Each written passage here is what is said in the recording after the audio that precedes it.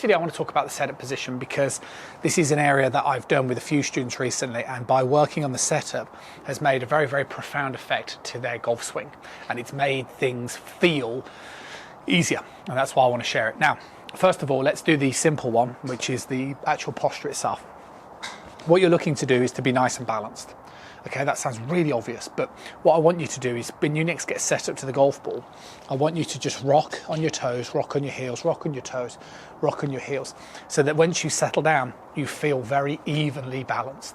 Because a lot of people end up on their toe line, and they don't really realise it, because they're trying to create a good bend of the hip, they get themselves set up, and then they're trying to produce a golf swing, but what they don't actually realise is that their weight distribution isn't correct, and they're ending up more on the toe than being distributed this way.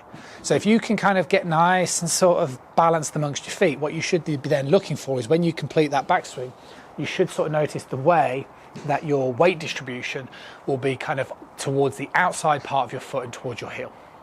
And that would be a really good indication that you've demonstrated a nice posture and a nice backswing rotation. If you're somebody who is ending up more on towards the toe, then this again means that the posture isn't right and you're not doing enough rotation in the backswing. So that'd be the first little tip. The second one is the ball position and how we hold the golf club. So when we get set up to the golf club, we want to make sure that the handle is sitting on the instep of the lead thigh, as I'm demonstrating here. And then from there, you want to then position your hands on the club and hold it like this. And what we should notice is, one, there's a little bit of shaft lean, so my hands are slightly ahead of the actual ball itself, and you'll also notice the way that your right arm will just soften ever so slightly. So if you've got the handle completely vertical, then your right arm or your trail arm will be dead straight, and we don't want that. We don't want that arm to be perfectly straight.